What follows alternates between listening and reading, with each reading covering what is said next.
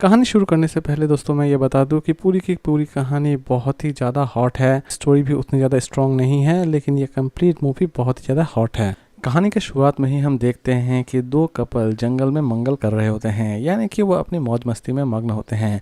इसी बीच अचानक से ही उनके कैंप में एक ऐसा अजीबोगरीब इंसान आ जाता है जो कि उनके ऊपर हमला कर देता है और उन दोनों कपल को वहीं पर ढेर कर देता है। लड़की बहुत बचने की कोशिश करती है, लेकिन लड़की को भी वो मार देता है।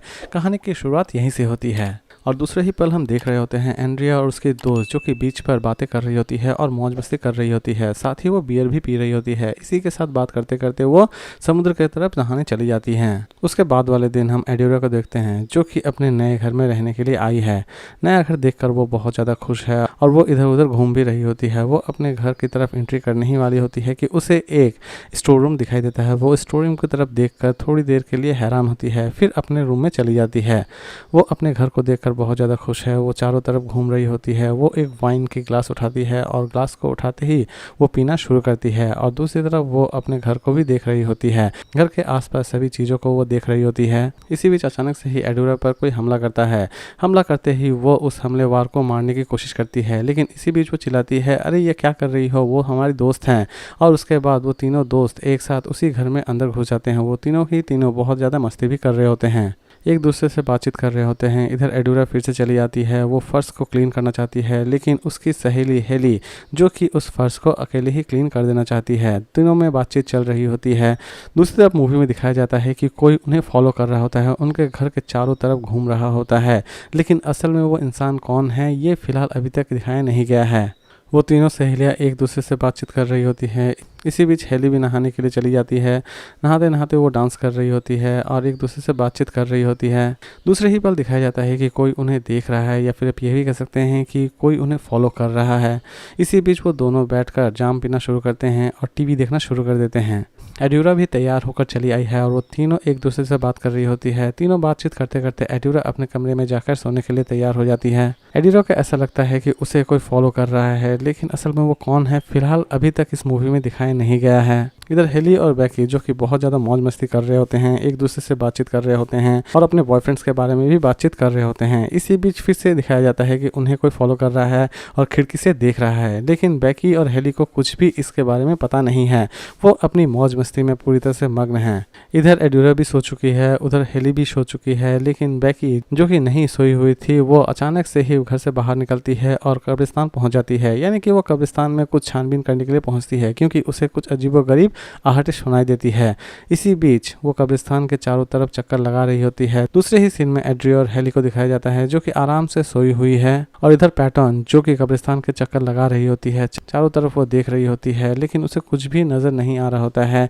इसी बीच पैटर्न सोच रही होती है कि मैं अपने घर चली जाऊं, लेकिन वो घर का रास्ता भी ठीक तरह से खोज के निकाल नहीं पा रही होती है। अचानक से ही एंड्रियो का नींद खुल जाता है और वो देखती है कि उसके घर के बाहर फिर से वही पोस्टर लगाया गया है जो कि उसने सुबह ही उखाड़ कर फेंक दिया था। वो उस पोस्टर को फिर से निकाल कर फेंक देती है। दूसरे ही सीन में दिखाया जाता है कि पैटी को कोई फॉलो कर रहा होता है और एक क्रिएचर को दिखाया जाता है जो कि पैटी के आसपास घूम रहा होता है।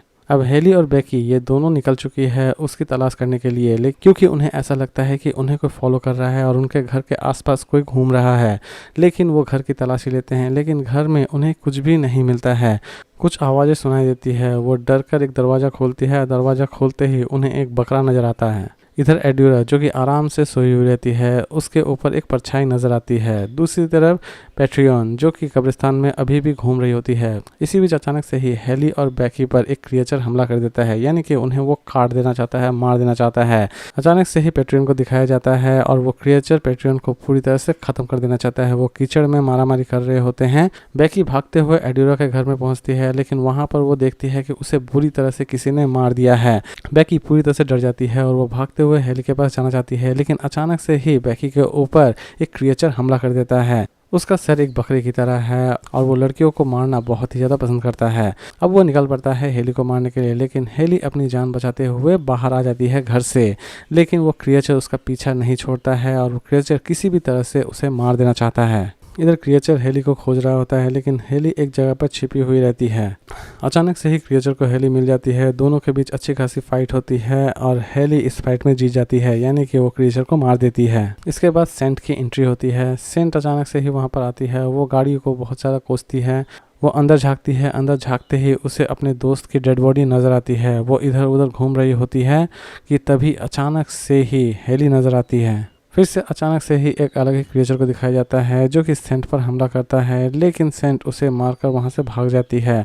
क्रिएचर फिर से उठता है और सेंट को खोजना शुरू कर देता है, लेकिन सेंट उस क्रिएचर पर भारी पड़ जाती है और सेंट ही उस क्रिएचर को मार देती है।